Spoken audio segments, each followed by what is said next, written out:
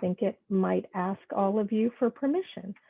So good morning, everyone. My name is Anna Swardensky, and I'm here with CADRE, which stands for Collaborating Agencies Disaster Relief Effort.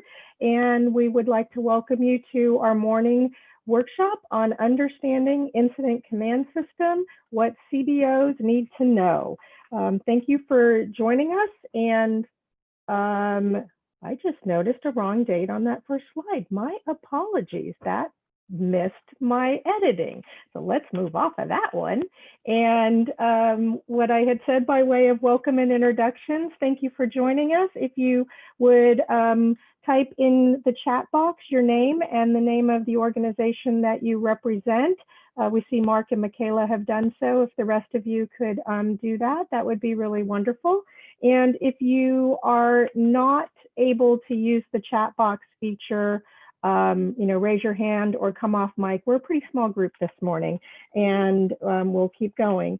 So the other housekeeping note for you to know is we are running live transcription on our webinars and workshops. In the upper left corner of your screen, you might see a box that says live with otter notes. If you would like to follow along with live transcription, this is using artificial intelligence. It opens up another browser window that allows you to follow along with a live transcription of the audio remarks. And if you don't mind, if you do come off mic and speak, if you'll first say your name, then Otter captures who's speaking at the beginning of your remarks. And with that, I will continue us forward. What we have today is a workshop to help you gain a better understanding of how government entities are organized to respond throughout California and really throughout the rest of the country using a system called the Incident Command System, and how you as community-based organizations can embrace some of these principles and terminology within your own organizations. What we have planned for you this morning is a little bit different, and we're really kind of excited about it. We have some brief slides to orient you at the beginning of today to some of the terminology and some of the basic structure about how government is set up and what it looks like. But most of this morning's program is an opportunity for you to play with these concepts in what is sometimes called a tabletop exercise. We're doing this for the first time in a virtual online environment, so bear with us, and we hope this will be a fun and engaging way to learn together. So let me start out with a couple of kind of introductory, set the table slides of what we're talking about. So how many of you, for starters, raise your hand, if you wouldn't mind opening up your video camera, if your feed allows for that. I'm gonna have you kind of wave at us a little bit and have this be a little bit more interactive. So raise your hand if you were here in the Greater Bay Area in the 1990s. Wave at me. Okay, Lisa, Marcia, Lynn. Okay, and I can't see you, Mika, but Mark or not Nate. Is that right? Did I pronounce that right? Okay. So the reason I asked if you were here in the 1990s in the Greater Bay Area is, don't know how many of you remember the Oakland-Berkeley firestorm of 1991. Okay, that happened up in our Oakland-Berkeley hills in the East Bay. And how many of you knew that we had a local politician who was personally impacted by this fire? It was a Senator Nick Petrus who actually lost his home in the Oakland fire. And it wasn't because there weren't fire crews on scene. In fact, they were standing right out there in front of his home on his block with their trucks and their hoses, but their hoses didn't actually fit the hydrants on his street. And that's what caused the fire loss, is because it was something back then that we hadn't realized, that we did not have a standardized emergency management system.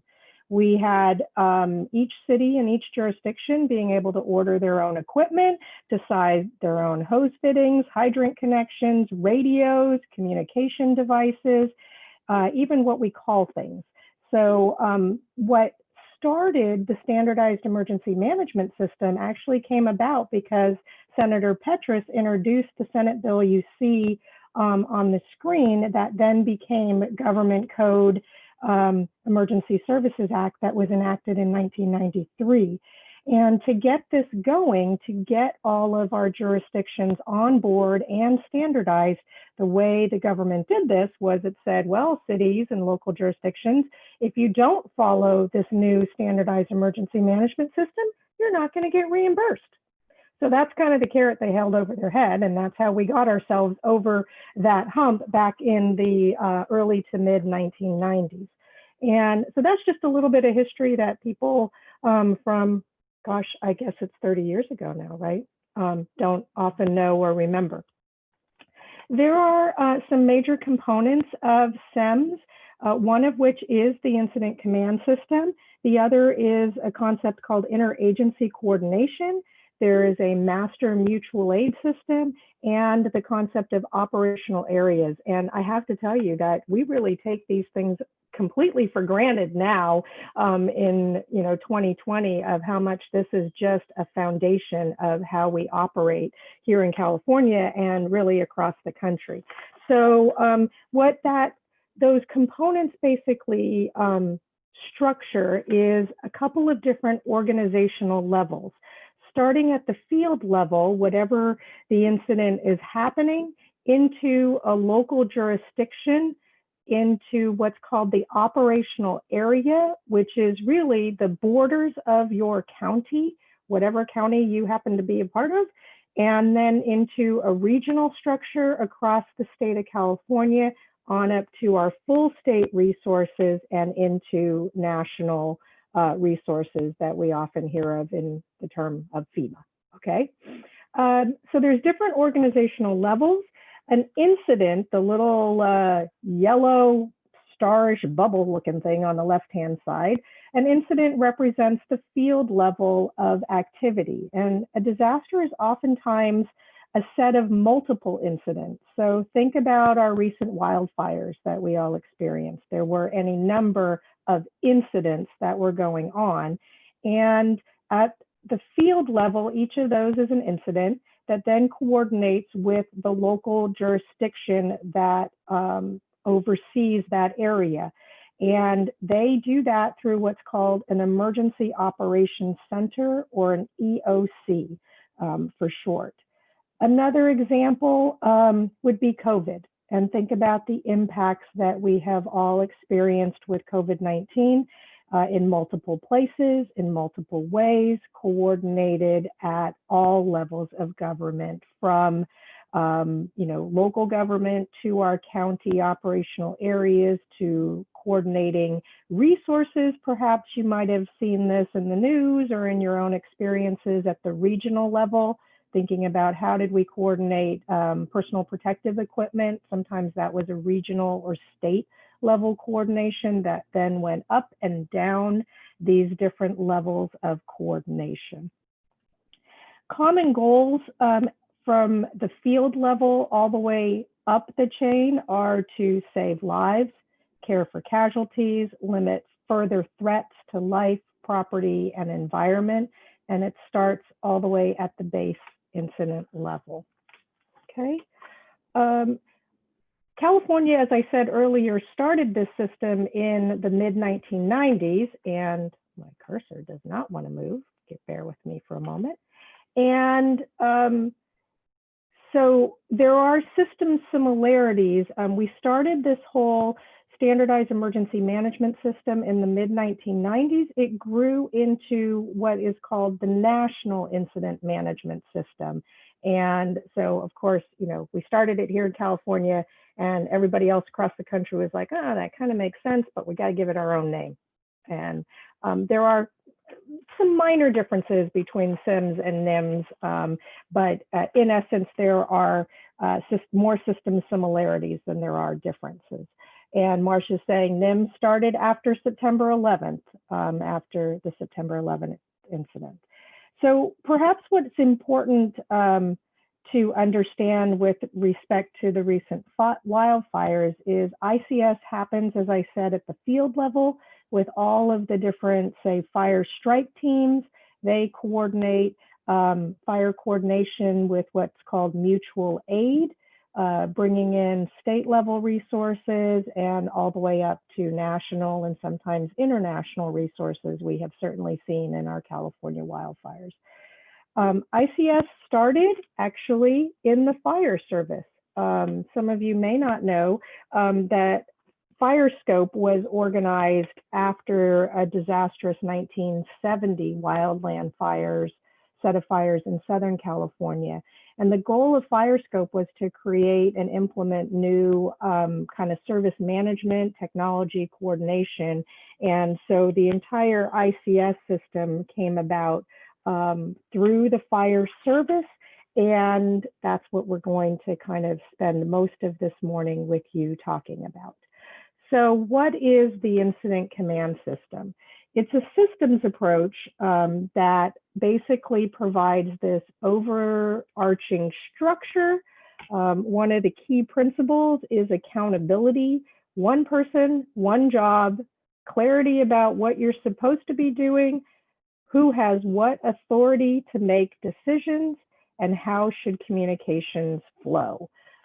That's kind of at the heart of it. And then along with it is common terminology and the principles of flexibility and adaptability, which are really kind of important. I think we've all been watching this unfold, I guess, really locally since the mid-August timeframe with all the different recent wildfires, and we can see how much our systems have had to flex, to grow, to respond to the different needs, as well as contract as fires were put out and coordination could happen. One of the things that we wanted to share with you as nonprofits that is important to emphasize is that within the incident command system, this is not a rank-oriented system, meaning it's not meant to be hierarchical in what your day-to-day jobs. It's really a performance-focused set of principles, and that you're looking at things for the best qualified person to do the job at a functional level. And so what that means in a nonprofit is it might not always be your executive director who is what we call the incident commander. It's the first person on the scene that's having to deal with the situation is who gets to wear that title, unless or until someone more qualified comes along and accepts that responsibility.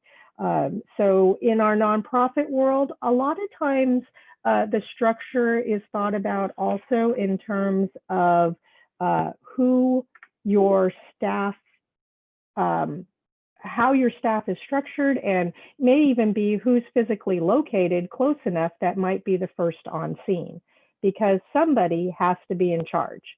And in incident command system language, that's the IC or the incident commander.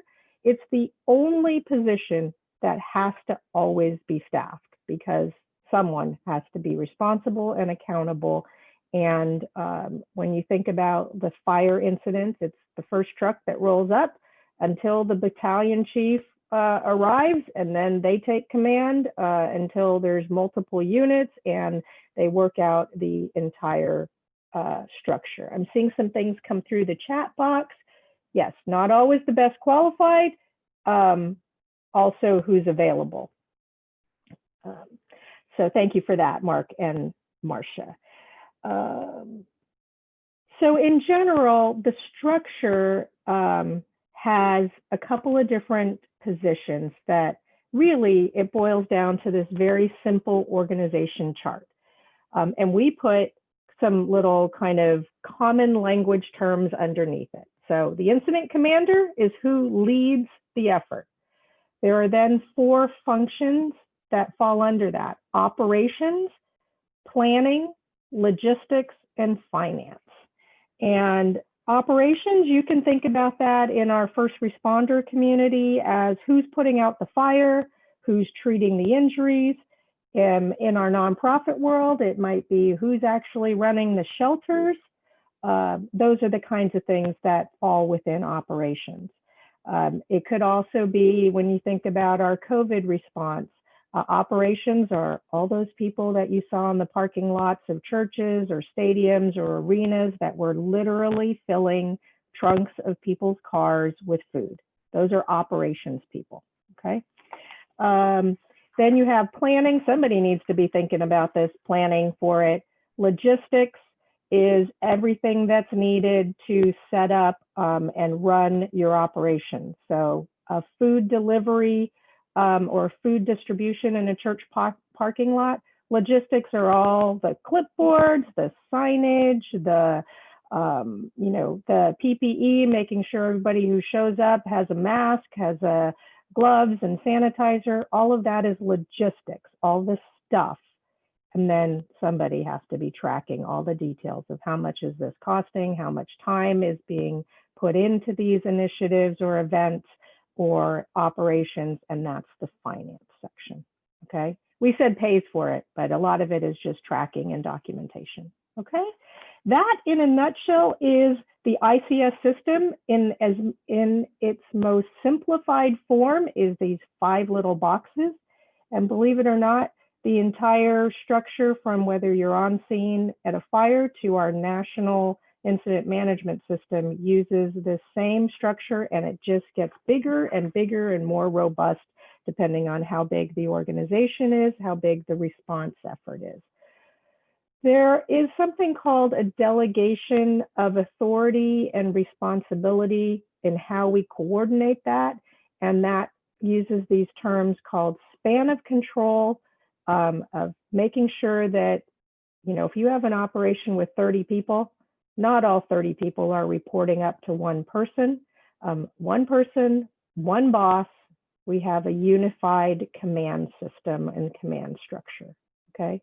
Whether we're talking about within the fire service, within the sheriff's department, within our public health department, it all feeds up into a coordinated effort, and there is this org chart. So what we don't want to see is an incident commander with an org chart that looks like this, because that's just way too many people reporting to one person. According to ICS, ideally, each individual has no more than 5 to 7 reports into that position or into that function, okay?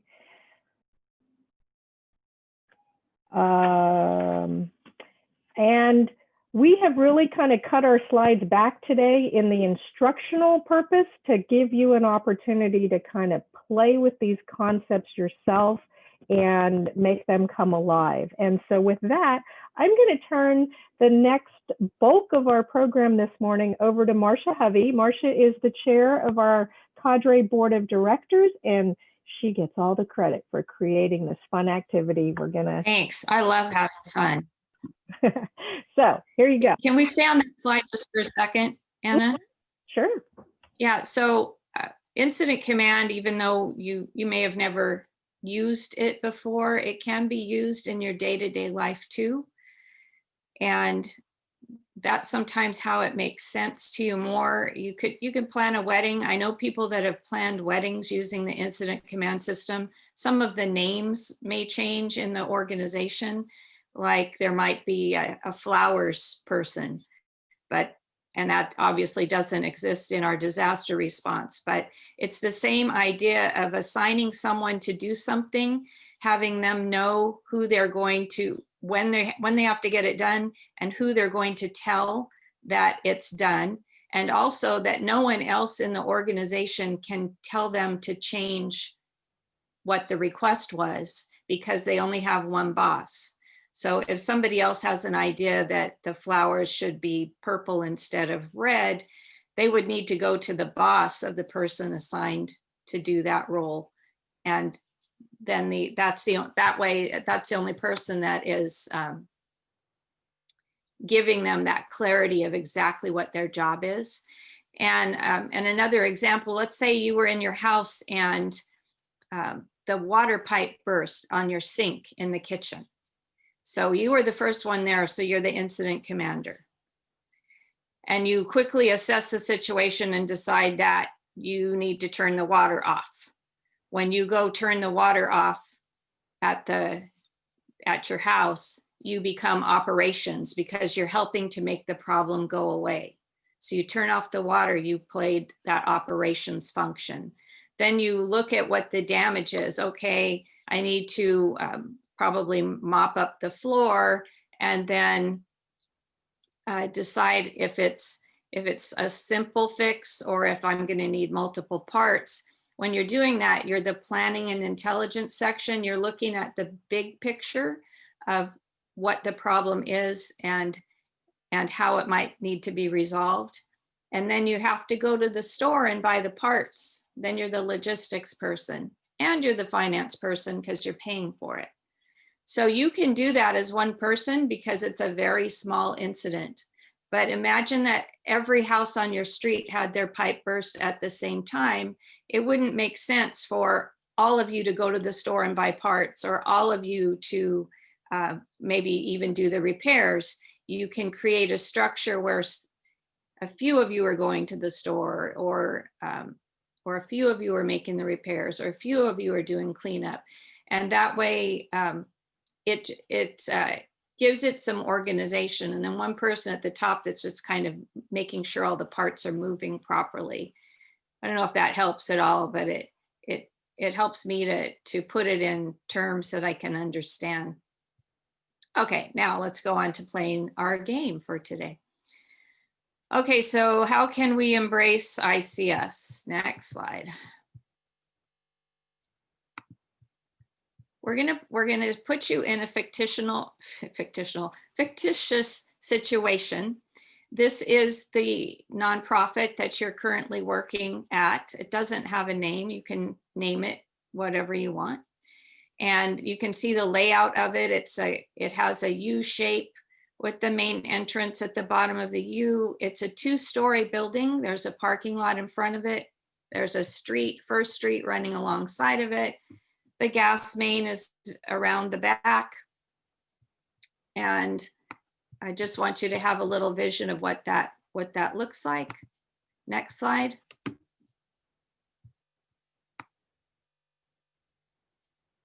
Oh, there's your picture. There's your picture of your building. The next slide.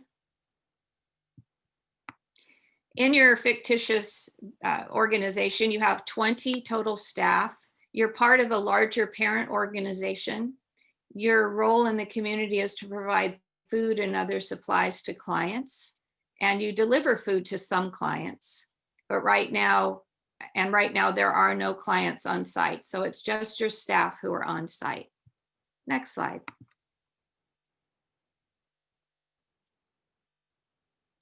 All right, so this is the scenario we're going to work with, because we haven't had a disaster lately in California, which is also known as Disaster Disneyland and is really living up to its name this year. A moderate earthquake struck the area and it measured 6.9 on the Richter scale. The shaking continued for about 30 seconds, and we know that the longer the ground shakes, regardless of how strong it is, the longer the ground shakes, the more potential there is for damage. Reports on social media are stating that several cities in the area have sustained major of damage. Boy, this is the COVID world. I can't even do my own slide. You and some colleagues are fine, but there is damage to the building and some injuries, and then aftershocks are continuing. So given the sketchy information, we're going to talk about how you're going to organize your group to check for injuries, damage, and hazards. Okay, next slide.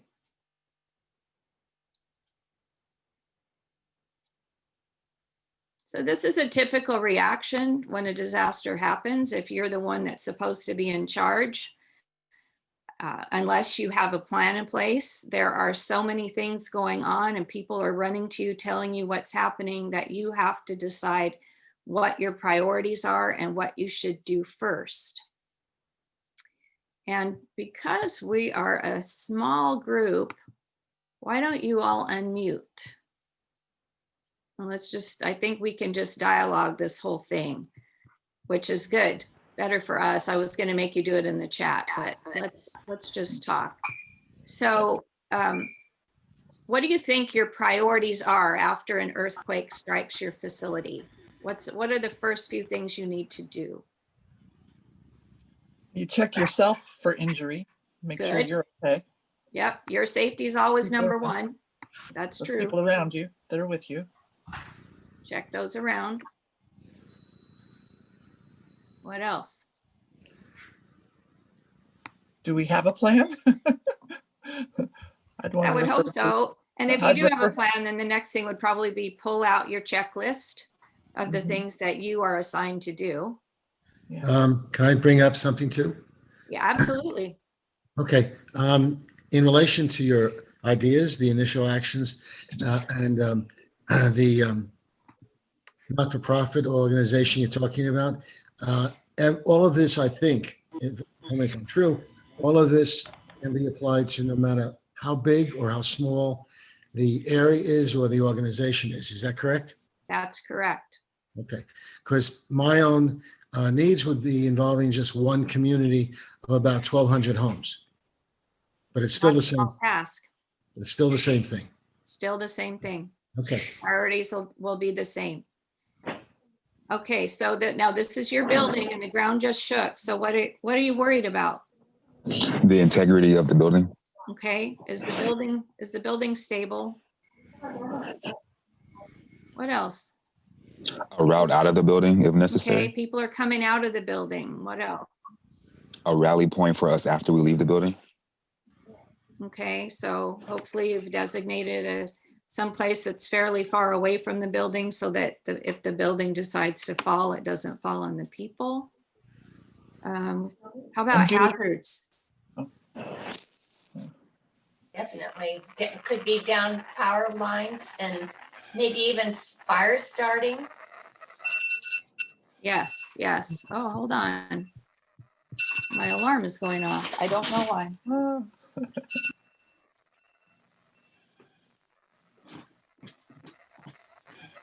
That is so funny because that alarm was set last week for the Great California Shakeout.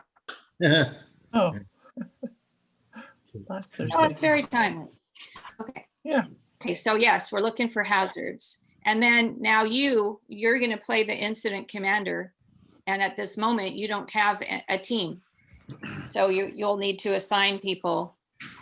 But because we're in this virtual place, you're going to get to play all the roles today so that you have an appreciation for what the people that are not the incident commander have to do when you tell them. Does that make sense? yeah. Okay, so next slide. This is just a sample of things that you would be thinking about. What are your first priorities and your initial actions? And you did pretty much hit them all. The first one that's mentioned there, though, the decided the building needs to be evacuated. Anytime different people have different criteria for earthquakes and when they think a building should be evacuated. My suggestion is if things fall over or things fall off shelves, you should get out of the building until you can check it. Because if it was strong enough to knock things over, something could have happened to the building. If it was just, the chandelier is swaying and people just, rocked a little bit, that's not necessarily an evacuate the building. But if anything falls over, and even if one thing falls over, use it as an earthquake drill. It's going to be the closest to the real thing that you get. All right. Question? No? Okay, next slide. Okay, so Anna showed you the simple incident command system org chart. This is one that's built out. Now, these are functions. They're not necessarily people. If you look under the logistics section, you can see a lot happening there. There's the logistics person in the top box, which would be the lead. Then there's a service side. There would be someone in that box too, so that the lead person is only talking to that service person on the left and the support person on the right. And then those two, service and support, have some people underneath them. So if this was a very small incident, that top logistics person might be able to take care of these, because not everything will need to be done. And you only staff a function if somebody needs to do that thing. Maybe we have no need for transportation for this event, so there's no one running transportation. So if you just look at this based on what we're at this moment know about the earthquake and what we're doing, which boxes do you think you would want to have somebody in just right now? Because you can always expand it later. That's part of the flexibility of it. You can grow it if it needs to grow, and you can shrink it if you don't need all the people. Mhm. So we said that the incident commander always has to be, and that's you. So your name would go in that box. But what else might you need right now based on what we were talking about, our concerns? Well, operations for sure. Yeah, because those types, and it might be one person, although we really want it to be two, because you don't want to send anybody out to help people by themselves. They always need a buddy. So if somebody gets hurt, there's somebody to go get help. But safety assessment, that's the term that government uses for essentially checking for the structural integrity of the building. Search and rescue, obviously, if you're missing people, you could use that. Now, that could be the same person. Maybe maybe they examine the building first while you're gathering information about, is anyone missing? And then you give them the assignment to do search. Go ahead. I was just going to say, those two jobs can be kind of tricky. Now, this earthquake scenario we're talking about sounds like it wasn't that bad, even though 6.9 seems like a pretty good size earthquake. But I guess finding who is best qualified to do those things, and search and rescue, that can be pretty dangerous if there has been damage to the building. So I guess this is initial safety assessment. I mean, are we seeing anything obvious with the building? But then somebody has to make a decision. Is it safe enough to go inside and find people that might still be stuck in there? Yes. That's a yes. kind of touchy. Yes. And I'm going to tell you that for this scenario, the building is safe to go back inside, or we would not have nearly as much fun. Elisa? But the Community Emergency Response Team program, which is taught in almost every city in California, and it's a national program. It's runs about 21 hours. It's 5 or 6 weeks long. Unfortunately, at the moment, there aren't very many in-class sessions of it going on. But that training would prepare a search and rescue team. And actually most of the functions, it teaches medical and search and rescue, it teaches triage, it teaches, it talks about structural damage so that people can actually identify what are the signs that the damage is structured.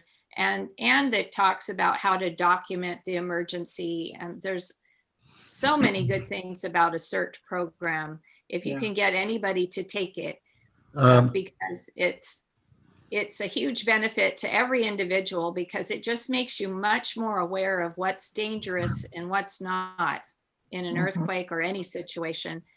I taught a CERT program for 10 years, and I got so many people would send me emails about how they put out a small fire with a fire extinguisher, because that's something they learned in class, or they stopped at the side of the road and they helped somebody.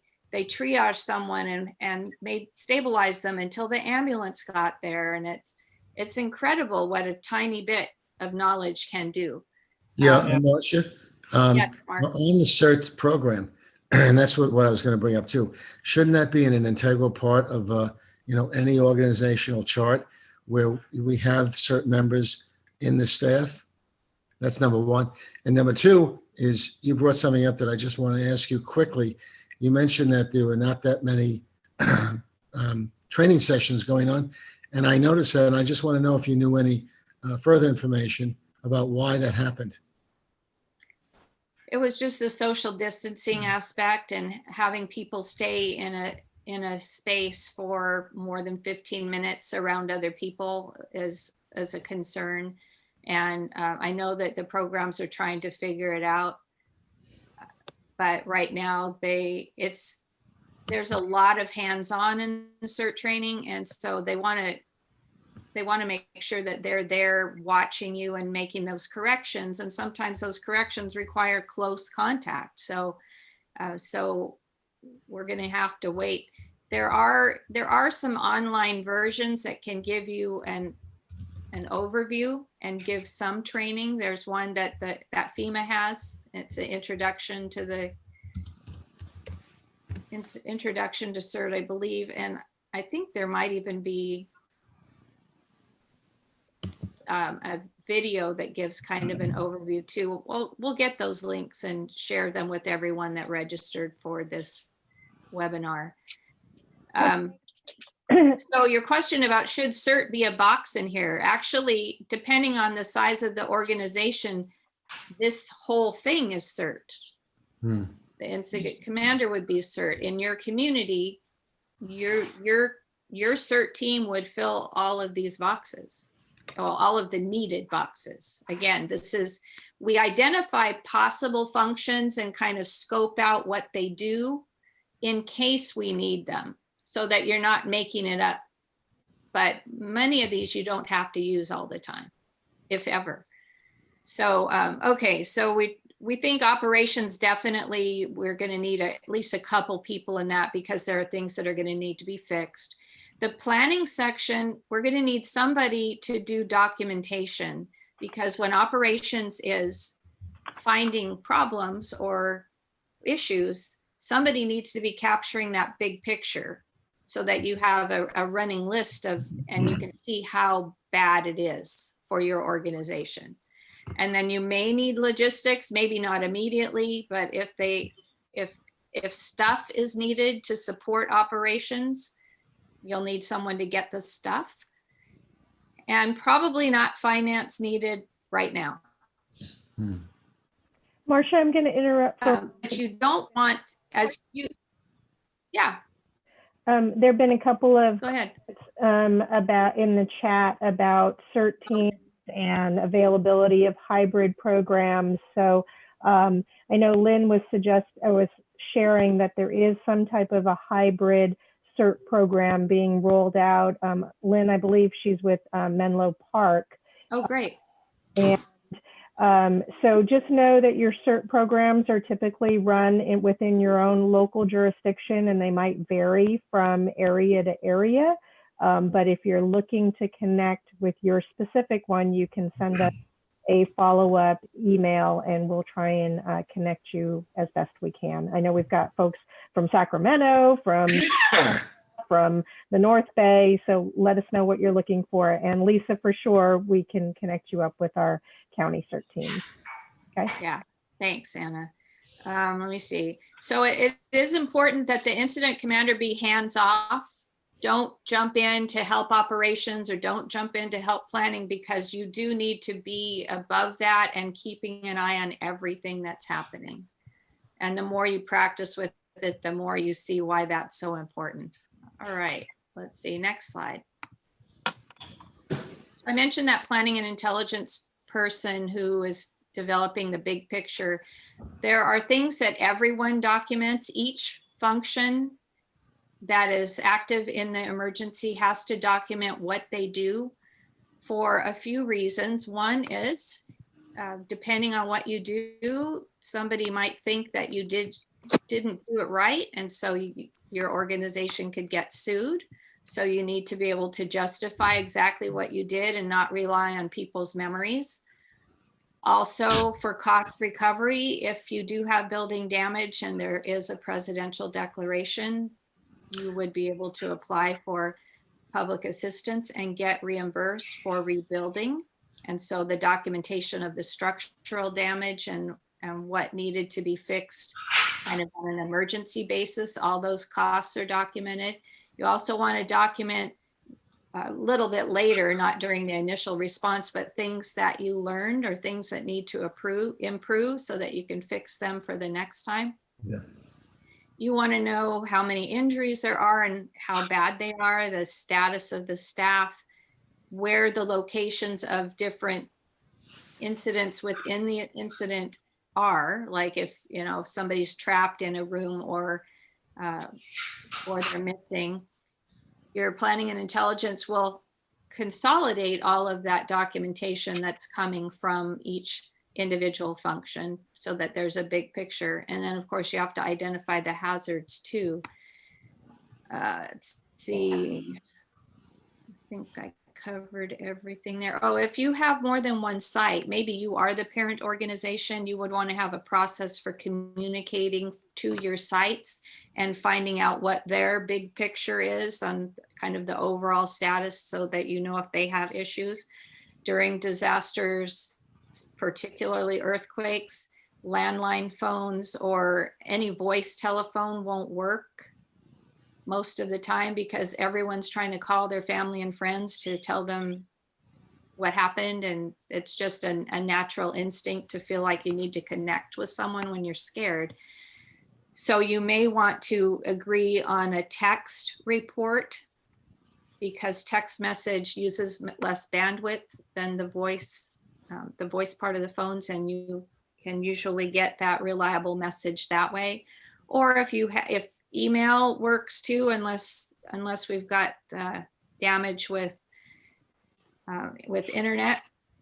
But these are all things that after you've done this initial life, property, environment stabilization, those are the next things you're going to want to think about is what kind of communication is working right now. And do your satellite sites know that there are these backup ways to reach out to you if they need help or they want to report something to you? All right, next slide. Now I want you to grab a piece of paper. I hope you have one nearby. And I want you to draw a simple diagram that looks like this, that has 1, 2, 5 columns going down and probably 5 or 6 rows going, and then label them: location, immediate, deceased, and hazards, which is the critical information that you're going to want to know immediately. And then you can, as we're going through these slides, you can make some notes of other concerns or things that you think will need to be addressed. And then we'll talk about that after we just run through a handful of scenarios. So the next few slides, I'm going to give you some samples of possible incidents that you might encounter after this earthquake. And we're going to together handle each of them, or talk about who's responsible. If you were assigning teams, who would be responsible for doing it, and then what actions you think would need to be taken. Okay, does anybody need more time to draw? We good? Okay, next slide. Now those terms that you wrote at the top, immediate, delayed, minor is not on your list, and deceased. These are triage categories that are used by the fire department. They're also used by CERT teams in some areas. And it's a way to sort injuries quickly so that you know who needs help first. And so this is a portion of a CERT class. If you can't even take the CERT class, I would talk to someone that's a CERT instructor to teach you triage. It takes about an hour. And even if no one has basic first aid training, this will take you a long way in a disaster if you have people injured. Can I make Yes. a notation that would be helpful? And that is every organization that you're talking about, our organizations, we have familiarity with the AFNs from the Office of Emergency Services from the state.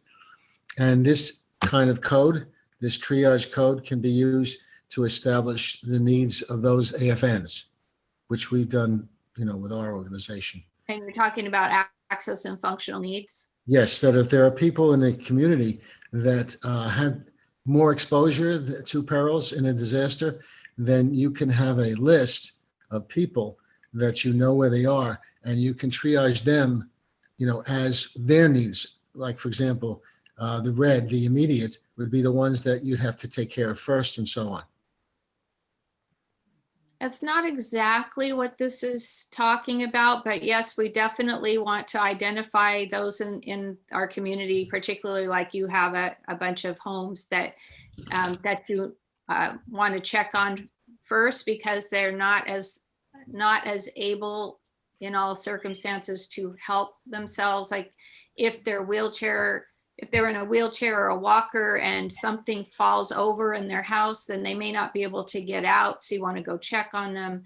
So you absolutely want to prioritize and do welfare checks on those folks. But this triage has to do with life or death. And that's all you're doing is the sorting. Is this person likely to live or not if they can't get to a hospital right away? Right. So immediate, there are the criteria. And again, you can learn this in 1 hour. So everybody should know how to do this. Everyone in the whole world, they should teach it in school. So if you have an altered mental status, which could mean that they're unconscious or they seem dazed and confused, and that's not normally how they function. If their breathing is really slow, like it's more of a gasp and then a long pause and a gasp.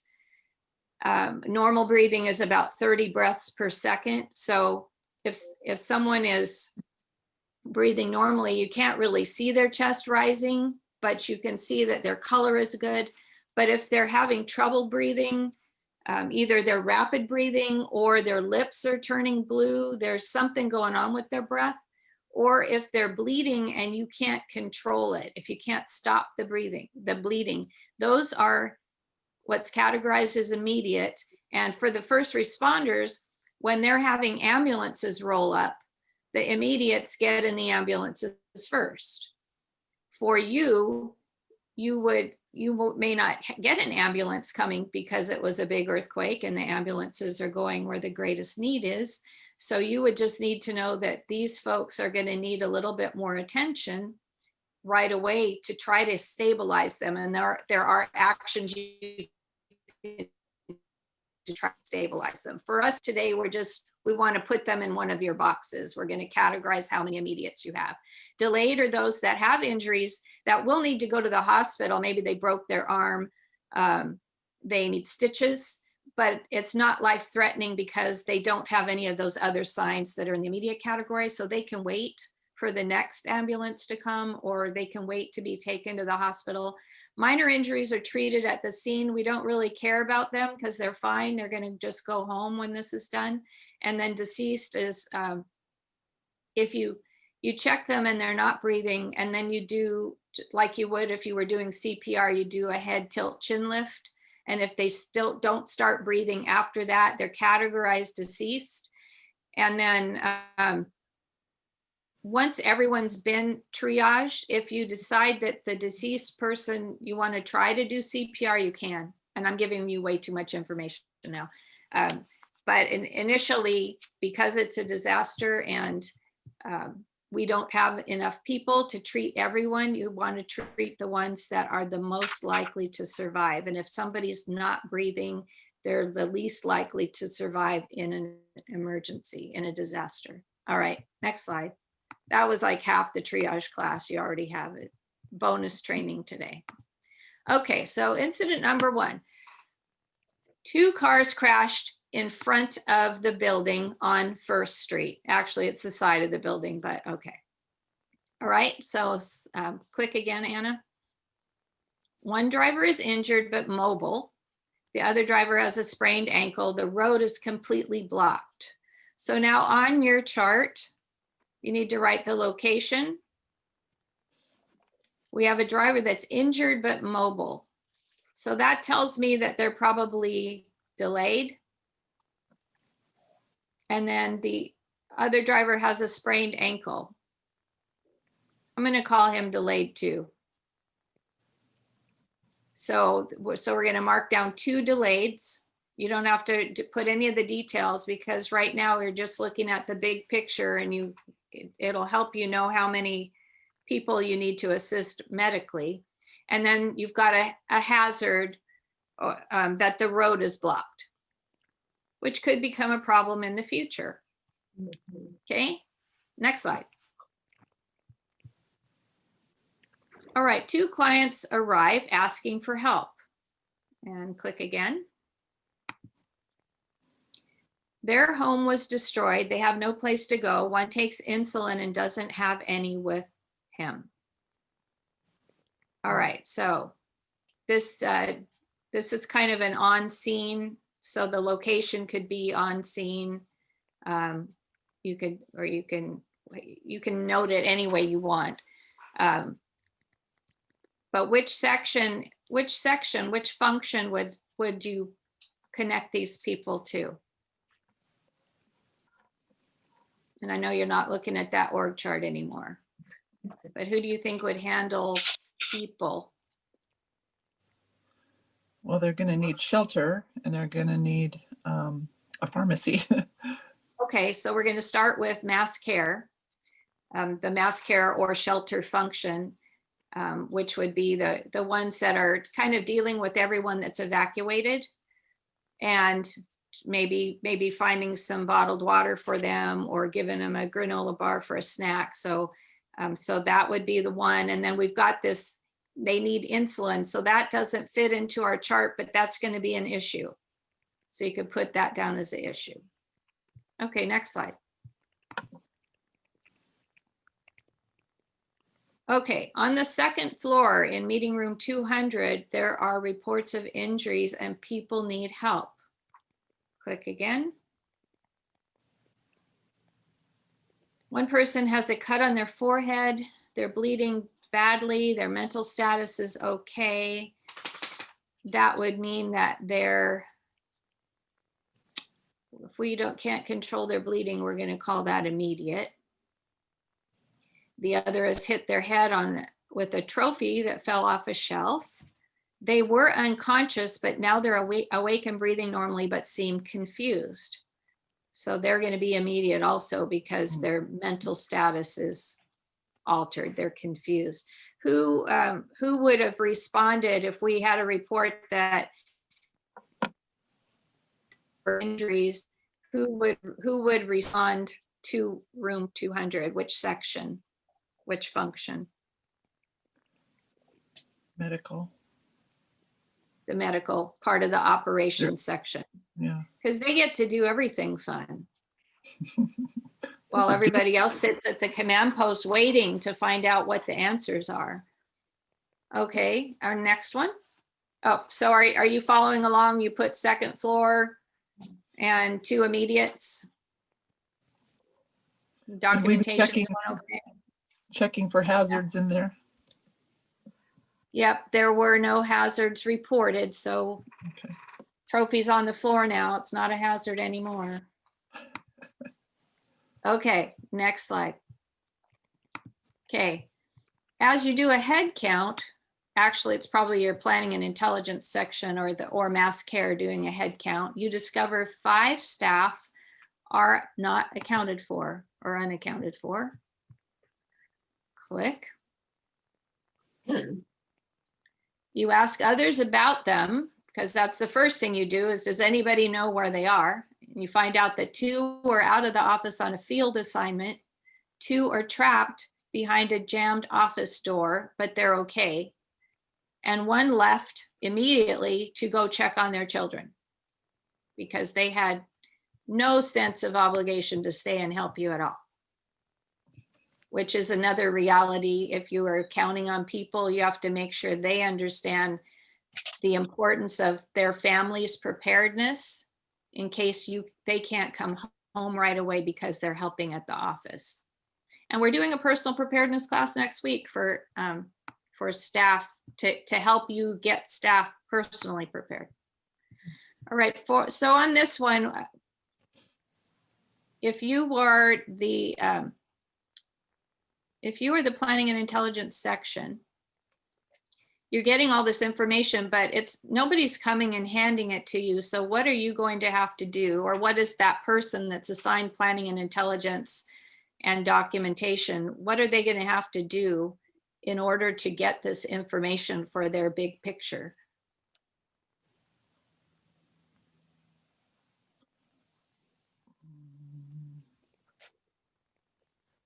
Who knows this information?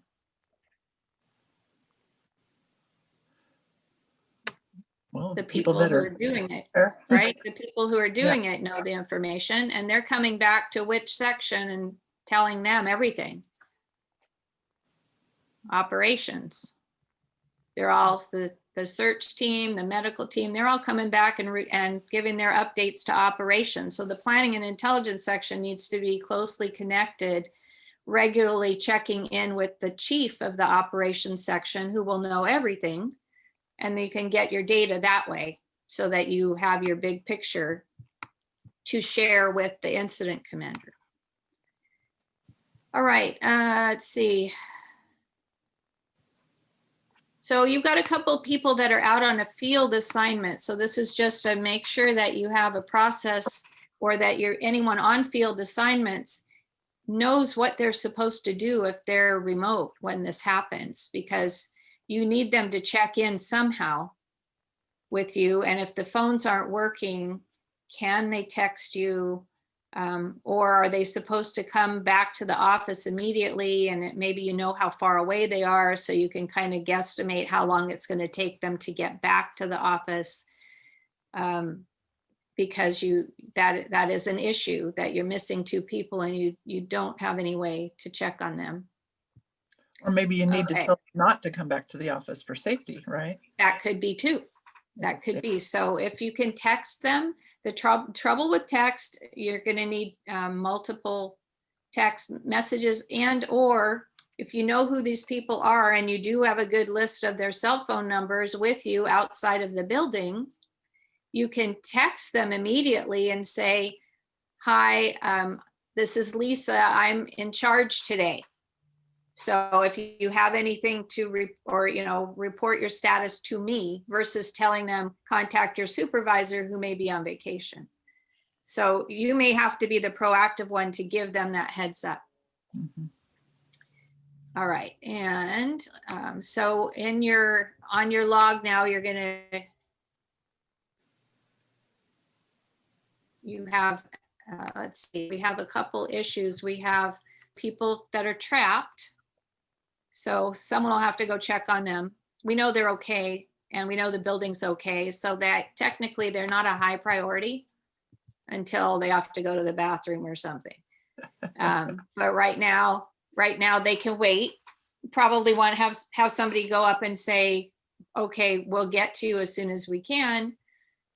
And then the one that left to check on the children, well, you know they were okay when they left. So I think at that point you're good with them. But you do want to know where everybody is. Okay, next slide. Okay, there's a reported smell of smoke in the kitchen. So we're gonna send somebody, and it's the operations person if they get these reports. Or if you get the report and you're not the operations person, you would run over and tell operations, because that's their job. And then they would make an assignment to a search team or someone with a fire extinguisher to go check on the smell of smoke. So next click. The team members find light smoke in the room. Upon entry, they find that a pan was left burning on the stove. They extinguish the small fire and open a window. Yay. Small problem does not turn into a big problem. All right. And, okay, next slide. Okay, several building evacuees are injured. So now they were out of the building and they're starting to complain about stuff. Next slide. So you establish a first aid treatment area because you have a few of them. So they're going to need to be maybe a little bit more isolated away from the rest of the people, depending on their injuries and, you know, how they're feeling. It might be nice to get them to a little bit more quiet area, maybe a shaded area. If it's raining, you have a whole another set of problems that hopefully you thought about ahead of time. So you establish the treatment area, and then after you triage them, you have 3 immediates, 3 delayeds, and 2 who are fine. So we don't log them because they're fine. And the next slide. Okay, there's a reddish yellowish plume reported 5 blocks south of you on J Street. All right, and click. The wind is blowing in your direction. So it's really important that you know what's going on around you and not just be focused on your building, because other people or other things could impact the safety of your site, even if your site is okay. So who on your team would find out that there's a plume blowing in your direction, do you think? Whose job would that be, to be kind of looking more broadly at the big picture?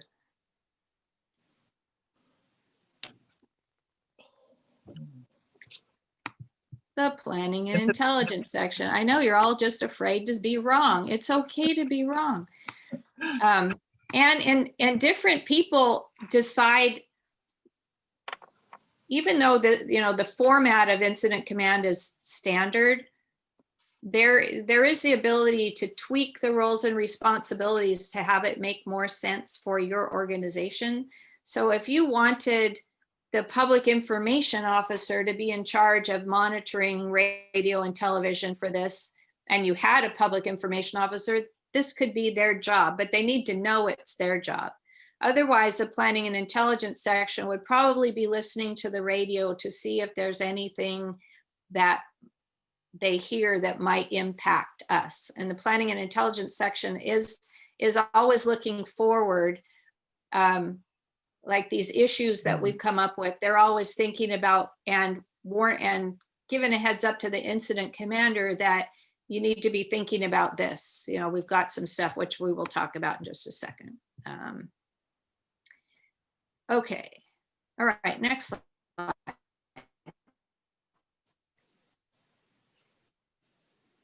Okay, so that's the end of the scenario. And at this point, the fire department is going to show up, maybe not, but in our scenario, they are. And they're going to ask you if you need any help.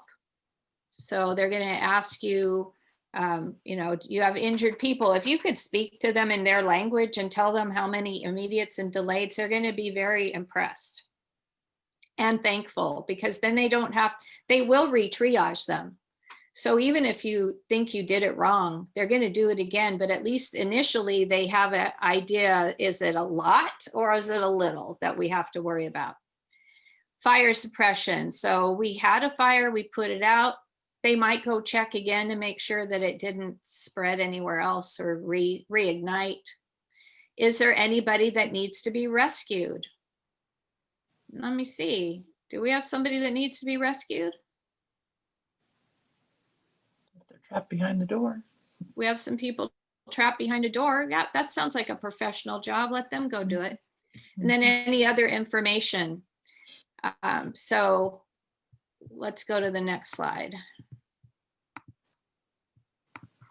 That means I need to go to the next slide. So your answer should look kind of like this.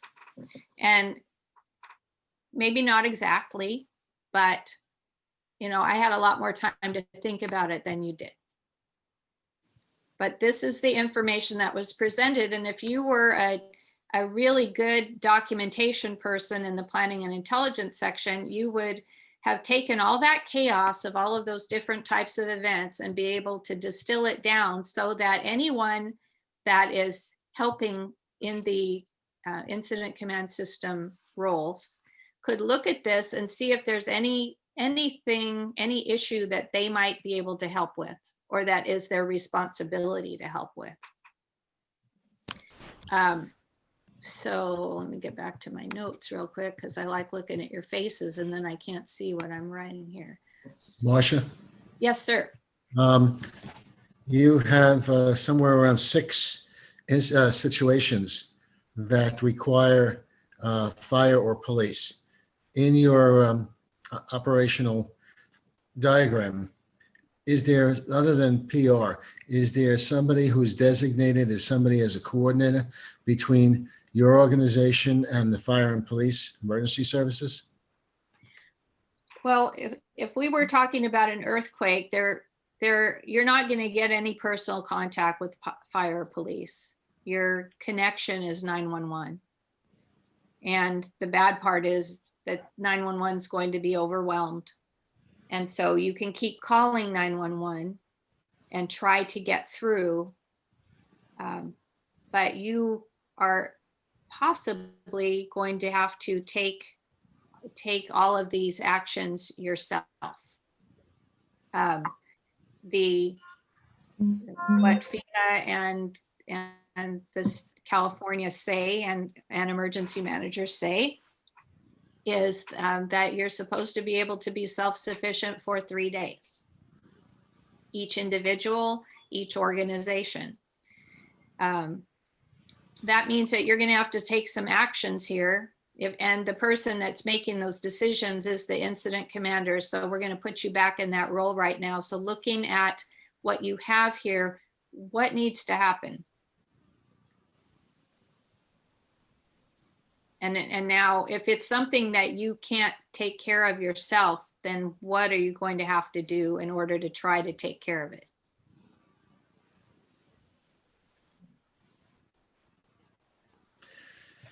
Well, if you're asking me, the possible answer is to be able to have alternate means of communication in a disaster that can get through to fire and police and make that emergency services a priority. For example, we're not talking about 1 or 2 people, but if you're talking about, let's say, a gas leak of some sort or some sort of chemical leak where it's blowing your way, that's that's an immediate situation that the fire and police must know, and aside from the other items, which are individuals.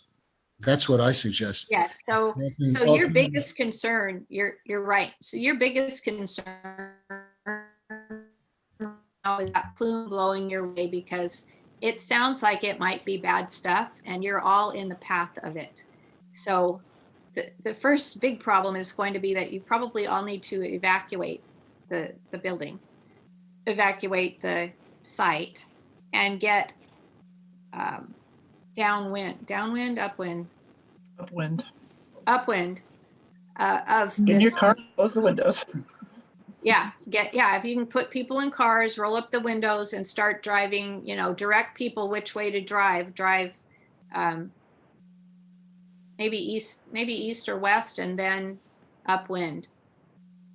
That would, depending on the landscape that you're driving into, you might have issues with overpasses falling down or damage to roads. So there'll have to be some cautions given to people, or you caravan out so that you can monitor and help each other. We're hoping that wouldn't happen because that really messes everything up. But so let's that absolutely is the biggest concern, and you'd have to address it immediately. Now, how about what would you do for these clients that you have? You have 2 clients there. We can't really keep them, but they have nowhere to go. Wouldn't you have plans for shelters that are close by? There could be shelters close by, not this quickly in the event. Shelters usually get up, I don't know, on a good day, 4 hours after. So, and they're not pre-designated. There are sites that are identified as possible shelters, but each one has to be evaluated to make sure that it's not structurally damaged. And then there'll be announcements saying that this is an open shelter, but you don't want to go there until you know that all of that's been evaluated. So probably reporting, if you were not the parent organization, you would want to report this to your parent organization, who's probably coordinating with, they could be coordinating with a VOAD like Cadre. They could just be talking directly to 911. This is a problem that you could call 911 for. We don't really want to. But they're going to need to go to a shelter at some point. You can choose to keep them with you until you can get them to a shelter. And that's really the call of the incident commander. But you have to think about what kind of options would you have to get them to a safe place. Are you talking about even getting to some place like a park, an open area in a park that's out of the area? And if they have communication, we can start making calls to see if they have any family or friends. Texting, not calling. Somebody said something. Go ahead. Lisa, I was asking if you're talking about the injured people or the two that lost their home. The clients originally, yeah, the clients that lost their home, the two injured people also, that would be a 911 call. Yeah. And if you couldn't get through to 911, you have two choices. Neither one is perfect. One is you can keep them there and continue to treat them. The other is you can put them in a car and drive them to the nearest hospital. Mm-hmm. Yeah. And both of them have issues, potential liability issues. So, but you have to do what you need to do at the time to help them. And whatever your gut's telling you to do is usually the best, particularly if you've thought through some of these scenarios in advance, then your gut's going to give you better answers. Mm-hmm. And then the two people that are missing, we still have that issue. Maybe we haven't heard from them yet. So, excuse me. I don't think there's a single recording that we've done that my dogs haven't had to be brought into it. Hold on. You missed mine. That's why I had to go off camera, because mine went nuts about 5 minutes ago. Oh, okay. Just a day for the they're dog. protecting me from a bird or something. I don't know. Okay, let's see. Or just waking up. So yeah, so we're going to try to manage. Okay, another question for you. See how good your documentation is. How many people do you have on site right now? 20? Close, unless my math is wrong. Oh. So you started with 20 staff. Oh, that's right, and 2 clients. Yeah. You had 20 staff, but 2 of them are on a field assignment. That's right. So that's 18. And 1 went home to check on their kids, so that's 17. And then you have 2 clients that showed up. That's 19. And the 2 injured from the car accident. 21. Right, so this is a really simple scenario. Honestly, you could do this at your organization if you were trying to develop a team to do this field response. Then you can just make it very specific to your building. And these types of exercises are really good if you see a problem and nobody else seems to understand that it's a problem. Create a scenario message that highlights that nobody has an answer for this. And then suddenly they will decide it needs to get fixed. Works like a charm every time. I think that if you were the emergency operations center, which is the next level up, right now we are the field response. If you were the emergency operations center, your information gathering would be from the incident commander who was doing the field response and probably the planning and intelligence section. You would have that same, the same structure, but you wouldn't actually be in the emergency operations center making the problems go away. You're doing more documentation and trying to coordinate to try to find out, can I get somebody to a hospital? You know, you can start to support when you have that emergency operations center level, then the incident commander doesn't really have to come up with the answer on how are we going to get these injured people away. Maybe they've asked the logistics section to start calling 911 and see if there are ambulances available. So EOC can do more high level support to take that pressure off whoever is doing the field response. The Emergency Operations Center can remind the field level to do the documentation. You can help them with documentation. You can get them supplies, logistics. If the Emergency Operations Center is up and running, the EOC logistics section would probably be ordering all of the supplies and then handing them to the field level in logistics section to distribute. But they wouldn't have to be, you know, on the back of a car ordering bottles of water or McDonald's hamburgers. You could do that from the comfort of your emergency operations center then. So, so it looks a little different, but the nice thing is that because we have these standard roles and responsibilities and names for those roles and responsibilities, you know exactly who you need to talk to at the level up, which would be at the city, or at the level down to your field. You know who has the information that you need. And that is the end of our exercise. Anna, are your dogs okay? You want me to? No, my dog is good. Okay, good. Thanks. Any other questions or thoughts? Is this, yeah. Well, it just highlights to me the need for planning ahead of time, you know, having a plan and really, you know, then each individual having their own personal plan and thinking Yep. about as many different scenarios ahead of time as possible to. Yeah, and even if you don't, I mean, if you just did, let's say you did an earthquake drill and you evacuated your building with no plan in place, no nothing, you'll still learn from that experience, and more people will be interested. It's like, well, how come everybody's spread out everywhere? Well, because we didn't really tell them where the identified evacuation sites are. How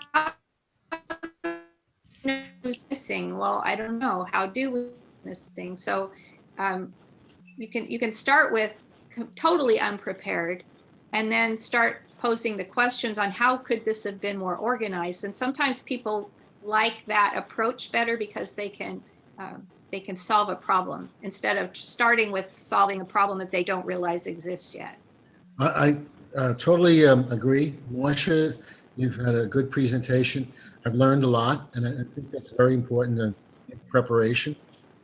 2 points I wanted to make without belittling any of your efforts. I think it's fantastic. Number one is that I think in any plan and in any situation has to be flexible, and we have to absolutely we have to learn from each of these situations that occur. But our preparation has to go further. It has to go to a preparation that involves alternatives to things that we have to figure out in advance if they occur. For example, you mentioned shelters in place. And I know what you're talking about when you have official recognition of certain shelters in place that were declared by the state and county. But it also involves situations where you have to look and see what your community has in terms of being an alternative to shelters that haven't been set up yet. There was buildings that you know have been earthquake proofed that are recent corrections of those buildings that have resources and they have alternative energy situations in case PG&E goes down and so forth. So you have to start extending your preparation to alternatives that might happen. Same thing applies to communication. If, let's suppose, your cell phones go out or your 911 doesn't work because it's being flooded with calls, you may have the need to prepare for either ham radios, where you have direct communications with the emergency services, or you have handheld radios that can communicate the incident commander to various parts of who's reporting to him. They can report by handheld radios, which are fairly inexpensive. So those are the things that need to be also discussed. Second, Absolutely. And today's presentation was focused on that, just the incident command system portion of an emergency management system for your organization. You absolutely want to make connections with organizations around you, maybe a local church that right, looks like it'll still be standing if you need a place for sheltering, or any place, and everyone's different. But yeah, absolutely, this is just the little piece of how to Right. get yourself organized sorry, in a disaster, to take the chaos and put some structure around it. And Okay. then and there is a second thing. absolutely have a lot of additional things that you can put in place to make that more organized. Okay, and secondly, Before you go to your thought, Mark, when Marcia was mentioning agency emergency planning, that is our last day of training, is the back good. morning on planning for your own organization, and then the afternoon session on personal preparedness for staff and volunteers. That I'm going to get to that slide, but that is scheduled for November 5th for any of you on the line that are interested. And just quickly, just my second point, and that is we also need to include in our preparation the coordination and with community, with the actual individuals that are part of the civilian population that are called in your nomenclature, spontaneous volunteers. Right, and that was another session we just did last month, was all about managing volunteers. So thank you, Mark. And that recording is on the Cadre website, so you can look it up there. I'll put the link in the chat. Great, thank you. Okay, and with our 5 minutes left, I have a couple of comments to kind of wrap up. Thank you, Marcia. I think that was really great in terms of kind of thinking this through with a scenario-based discussion.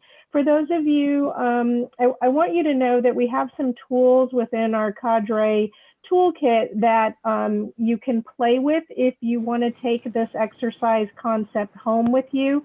Marcia put in the link, preparedness. It says annual conference, sorry, but it's actually our preparedness workshops link that you can see all of the series of workshops, all the recordings, the PowerPoints. Today's will go up there as well. But with regard to the incident command system, if you want to kind of play this out in a non-virtual environment, one of the things that we have built is like this little hang tag set of positions with like a little kind of cheat sheet behind it. So we can also send that out to you if you want to play this out in a non-virtual way, where you literally hand out those tags and go, hey, Marcia, you're the incident commander. Lynn, you're in charge of operations. Lisa, you're in charge of logistics. And then you talk through the scenario in a slightly different way. We've had to adapt because we're not physically present with one another, and I couldn't hand you little cards, but we hopefully you got the concepts and you were able to kind of think this through in a different way. Let me get through a couple of really quick slides, and then we have one more question or comment feedback opportunity for you. So what I have here for you is just a couple of quick slides. If the whole concept of the standardized emergency management system and the incident command system is new for you, there are just a couple little things we want to close today's program with you on, is kind of what happens at the local government level. So an incident happened, and that's kind of what we had a lot of our dialogue about. when it's large enough for a local jurisdiction to proclaim that emergency, then it often activates their emergency operations center to support everything that's happening in the field. If and when a city or a town's resources are getting stretched too thin, they cannot meet the needs within their own environment, it goes to what's called the operational area level. I mentioned at the beginning that in California is your county borders. And then at the operational area level, they coordinate all of the resources within the jurisdictions of the county. So for us in Santa Clara County, that means San Jose to Gilroy, up to Mountain View, you know, out to east to Milpitas, and west out to Los Gatos and Los Altos and Cupertino. So those are all coordinated at the operational area level.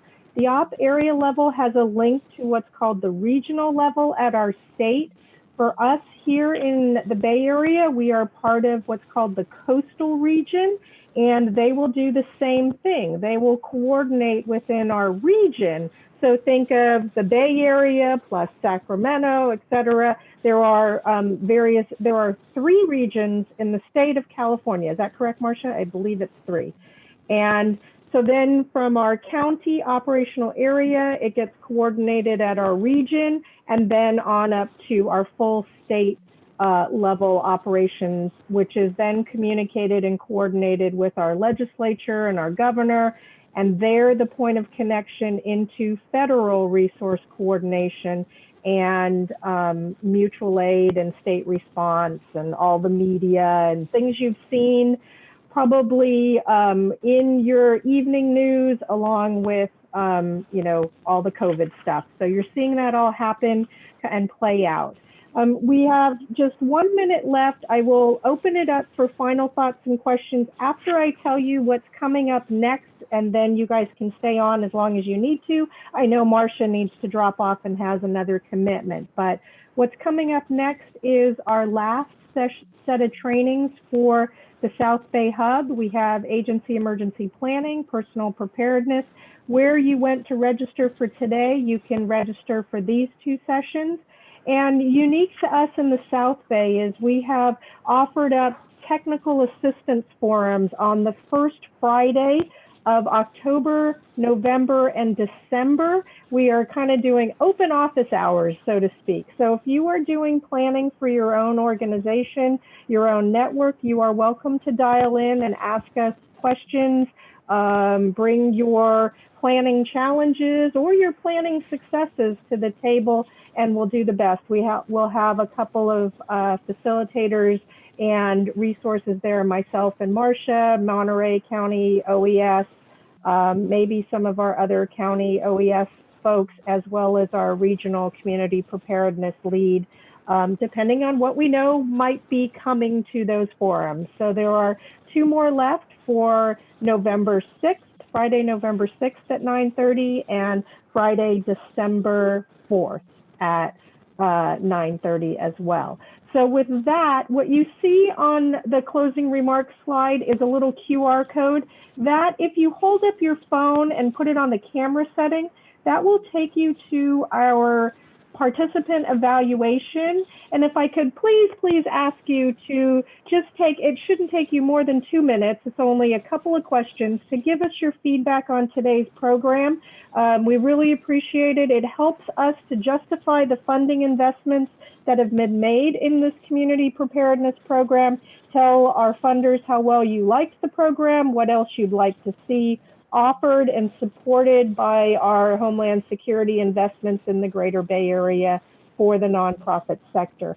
I will also send you that link by email if you don't want to use your phone and have to type it all in on your phone for your comments. It was in your email that I sent you with this morning's link, and it will come out as a thank you email for participating in today's webinar.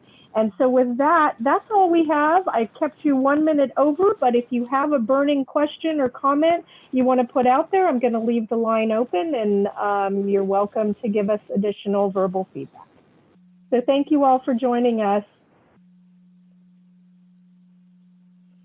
Thanks, Anna and Marcia. Appreciate it. Thank you, Lisa. Thank you, Marcia and Anna. Thank you, Mark. And some of you we might see this afternoon. So thank you. Appreciate it. Yes. Okay, we're going to end today's program.